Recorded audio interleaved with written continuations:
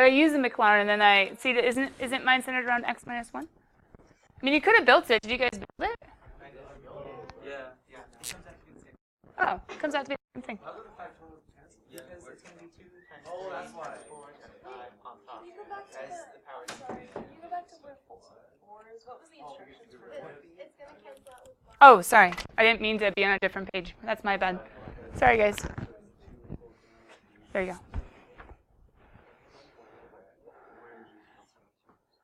So on the backboard, I got, what were my final answers? D, and then A, and then E. But for those of you guys that did build number 3, it should have worked out the same. How many of you guys did build it, like first derivative, second derivative, third derivative? Okay, it should end up working the same. I mean, I can go ahead and insert and then dual page. I mean, it's kind of hard to see, but that's okay.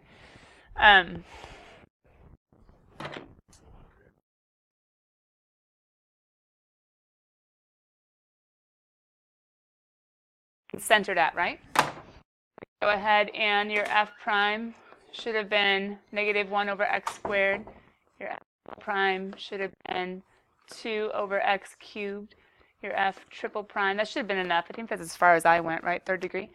Would have been negative 6 over x to the 4th. Then you would have done all of those such that x equals 1. Then you would have plugged in your p. Let's do the infinite series, right? So f of x is equal to f of 1 would just be 1 plus f prime of 1 would be negative 1 all over technically 1 factorial times x minus 1 plus f double prime, which would be 2 all over 2 factorial times x minus 1 squared. And then you'd have negative 6, thanks, all over 3 factorial x minus 1 cubed. Yeah, ours turned out the same. It's totally lazy and be like, I just want to already know. But for some of you, this would have been the lazy. You didn't have to think about plugging it in or manipulating it to make it work. Because I had to pull out a negative 1 from mine, which it pulled out of the odds and made a minus, and the evens pulled out squared didn't even make a difference. So this one's probably, I guess, the least mentally taxing, as long as you remember how to make a Taylor polynomial. But either way, that reduces, those reduce.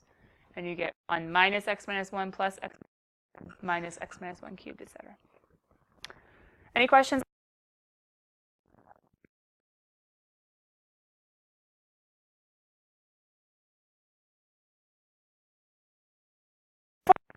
Can I zoom in on it? Okay. Number 4.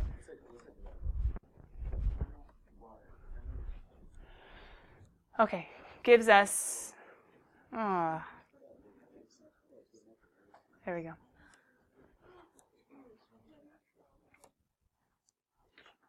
I give up. Okay, I can cover these, right? We're good? All right, how'd you guys start? How'd you guys start?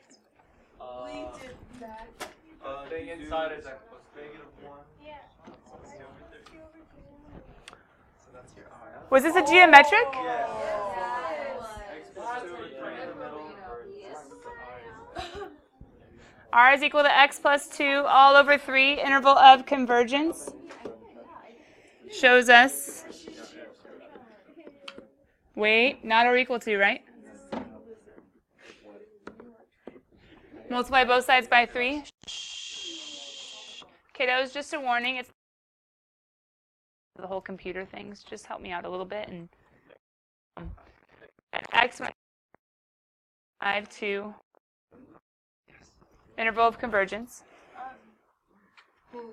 And then when letter B says, now guys, this question, they love to ask for the function that a series represents, and in some ways it's a really hard question, but in some ways it's usually a lot easier than you think, as long as you know your special Maclaurins and you recognize your geometrics. Because when it says find the function a series represents, what do we only have to do? Find the function how, though? The function is just the infinite sum. And how do I find the infinite sum of any geometric series that converges? A sub 1 over 1 minus r. That's all you got to do.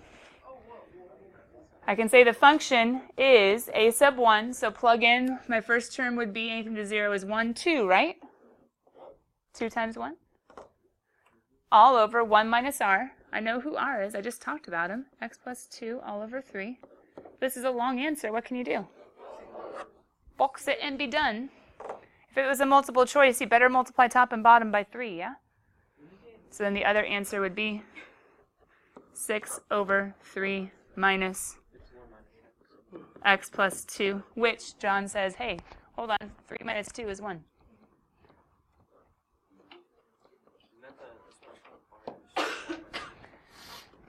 Yeah, it could be a special Maclaurin. Like you could have actually expanded this out, and you probably would have seen just the geometric times 6. But no, it would have been hard because it wouldn't have been simplified. You wouldn't have seen that so easily. That would have been messy. Yeah. Why couldn't you do the one formula where it's like a sub 1 r minus 1? Remember, you could, but the problem is for that, you'd have to take the limit as n goes to infinity. So remember that our infinite sum formula comes from that one. It comes from the pre-cal one. It comes from taking the limit as n goes to infinity of a sub 1 times 1 minus r to the n all over 1 minus r. But remember, on our interval of convergence, what's r to the n always going to approach? So as long as it converges, that approaches 0, which is how we get our a sub 1 all over 1 minus r. So same thing. And actually, ironically, in CalcBC, there's never a need to remember this. So it's probably just because you're tutoring that comes up in your mind, which is a good thing because you remember where it comes from. With that, homework questions on 10.3. I have number 32 ready because I heard some people talking about it, but we got to grade first. So grading number 32. Let's check the answers. Is that the first even?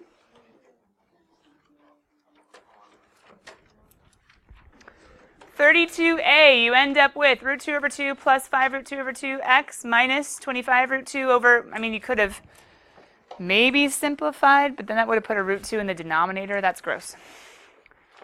What? God, did we get it wrong? Yes, we did.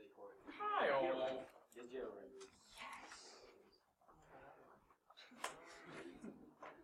Letter B ends up with the coefficient negative 5 to the 22nd root 2 all over 2 times 22 to the factorial, or 22 factorial, which is found by just seeing the pattern for each degree as to what the coefficient is. And we're just doing the coefficient. We're not doing, well, I'll put it this way. The coefficient also includes the factorial term. So it's different than asking for the 22nd derivative only, where you would have to disregard the factorial term. Yeah.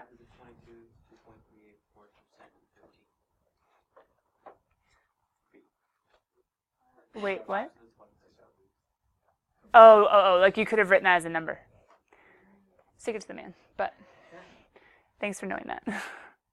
Letter C, you guys see the actual minus the approximate, the error, and then the Lagrange error bound, right? Wait, how did they get 625?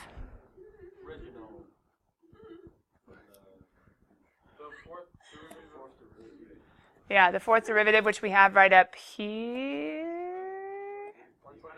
Oh, we didn't. We would have gone one more derivative, and one more derivative would have been this times 5, right? Absolute value would have been positive 625, and the maximum value of cosine is 1. Hence why we just did 625 times 1.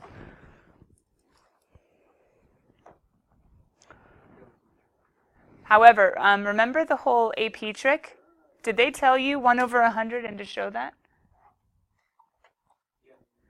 Couldn't you have just said, yay, it works, without having to actually show why? If it was a long answer, just be like, yay, I'm confident in my math. Well, they were showing that it actually, yeah, it's not usually good because I can't undo it and get rid of it. But anyway, they were showing that 1 over 384 really is, like they actually simplified it. But remember on the AP, you don't have to do that by hand work. Does that make sense? You're going to say sine is 1, got it there. Just go straight from here to there and be like, yes, it's true. And then letter D, we're integrating term by term. I have number 32. If we need to look at it, let's go ahead and peek down on number 40. Final answer is D. I think it was a matching one, right? And then number 42, final answer was B. And I think that's it. Okay, questions that we have?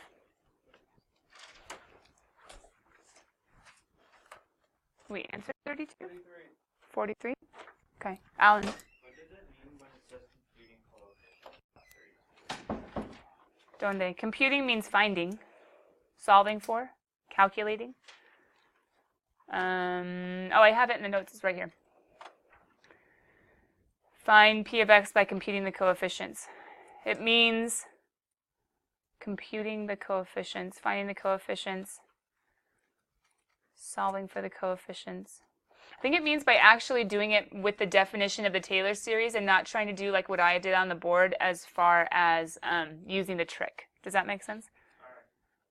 They were saying actually find it with the definition by taking the derivative, plugging in, taking the derivative, plugging in.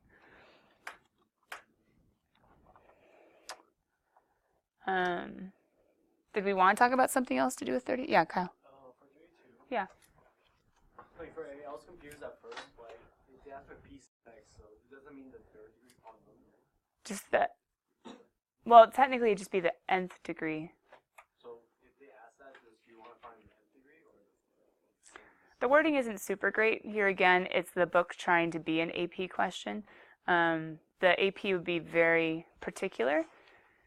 And it would say something like, compute the Taylor series with the first 4 terms in the general term. It would say series, then you would know to put the ... at the end.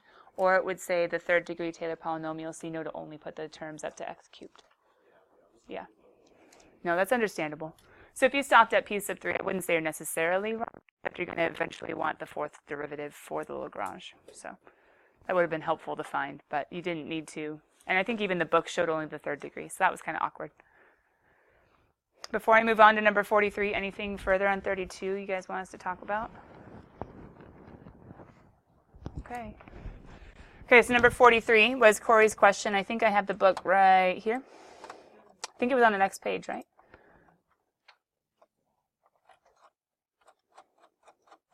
Should give you guys the group activity and make you find a group. Quadratic approximations.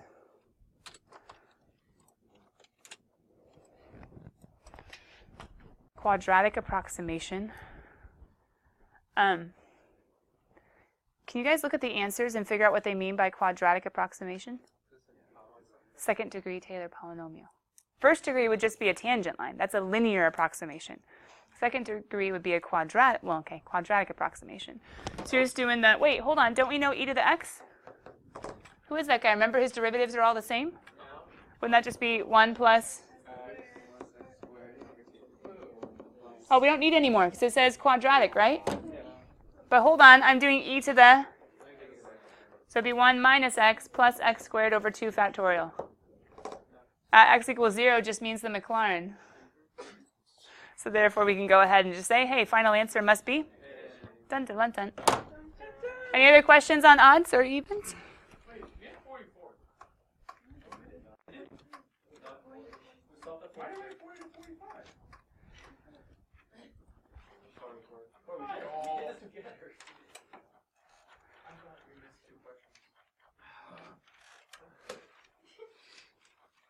Oh, somehow I went way down. Okay, well, I was going to try and show you, but now I'm confused. There it is, 40 to 43. You just read the 3 as a 5. I think you just misread. Yeah, that's what I figured. Okay, with that, kiddos, we are back in our notes. Section 10.4, 10.5.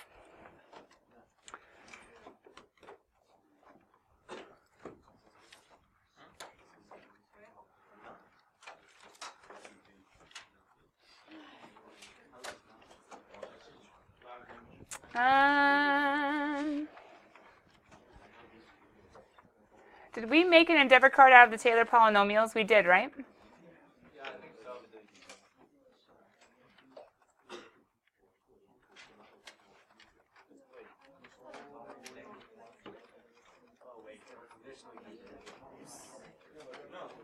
Oh yeah. Definition of urge. Oh,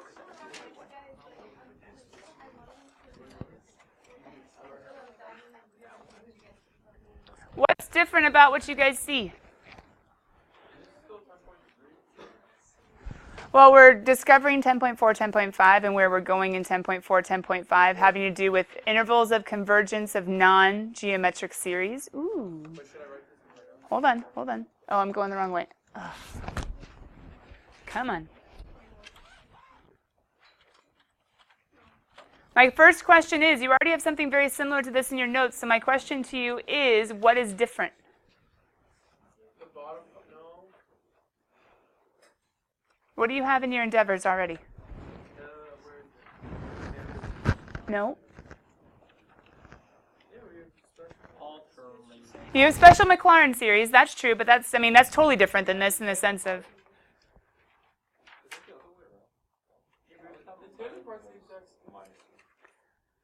isn't it called Taylor polynomial on that card though? Yes. And isn't it called the Maclaurin polynomial on that card? And doesn't it say P sub n and not f of x?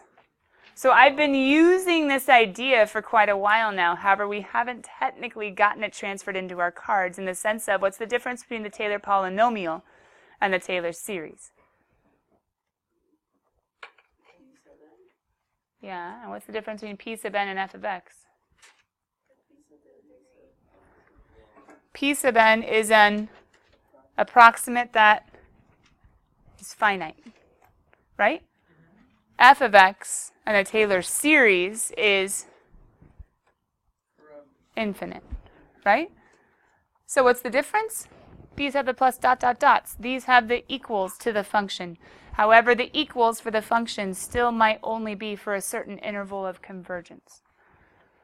So the dilemma is, even when we add the dot dot dots at the end of the Taylor series and the Maclaurin series built off of the Taylor polynomial and the Maclaurin polynomial, even after we add the dot dot dots, is it necessarily equals always everywhere? No.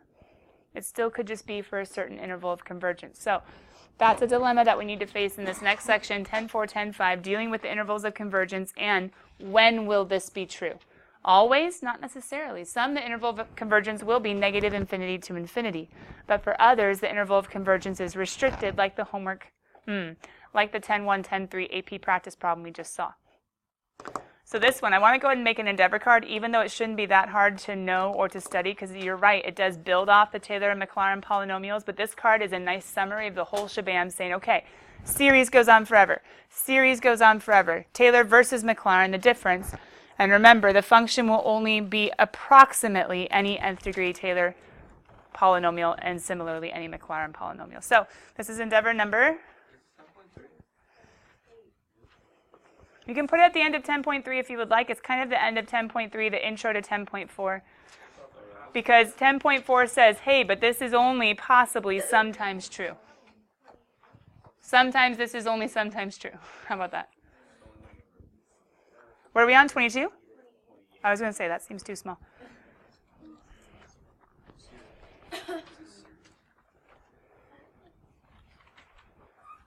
However, even though these will be true, here's the idea that leads us into 10.4, 10.5. We have to watch out for intervals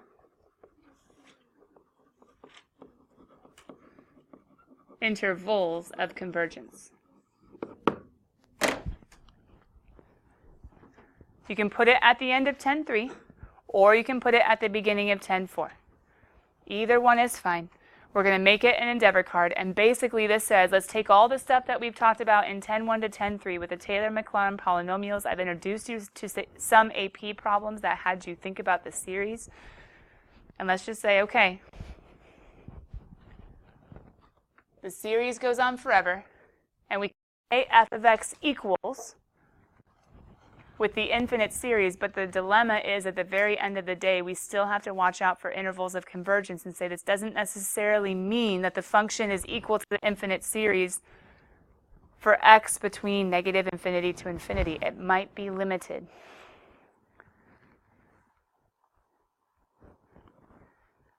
It might be limited.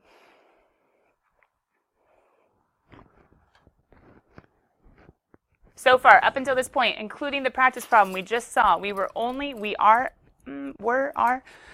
able to deal with intervals because geometric series, we know that the ratio has to be in between -1 to 1.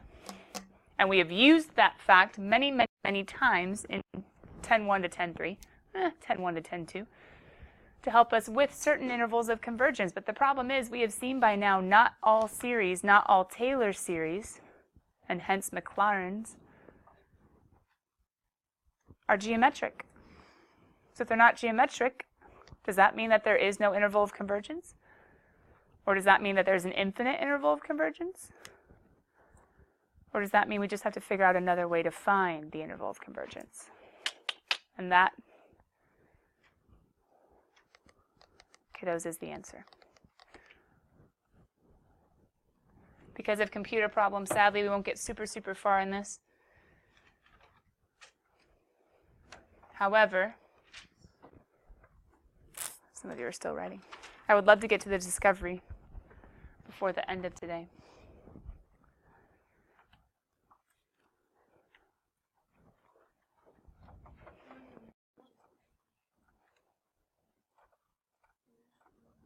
And the discovery says to consider the infinite sum of the term n plus 1 times x to the n over 10 to the n is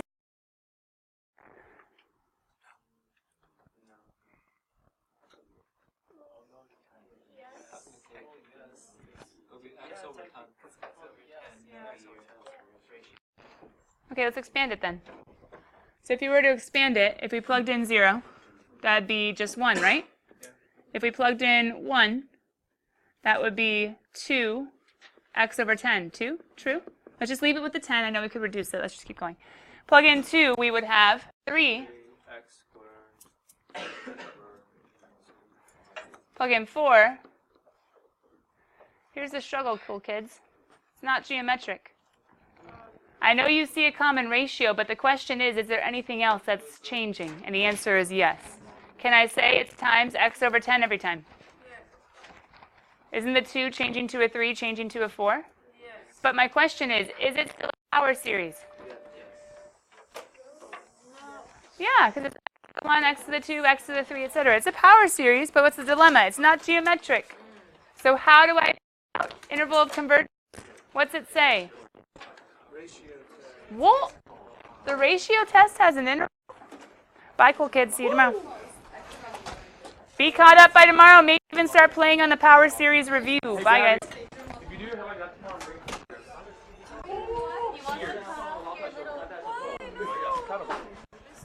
Yeah. Yeah.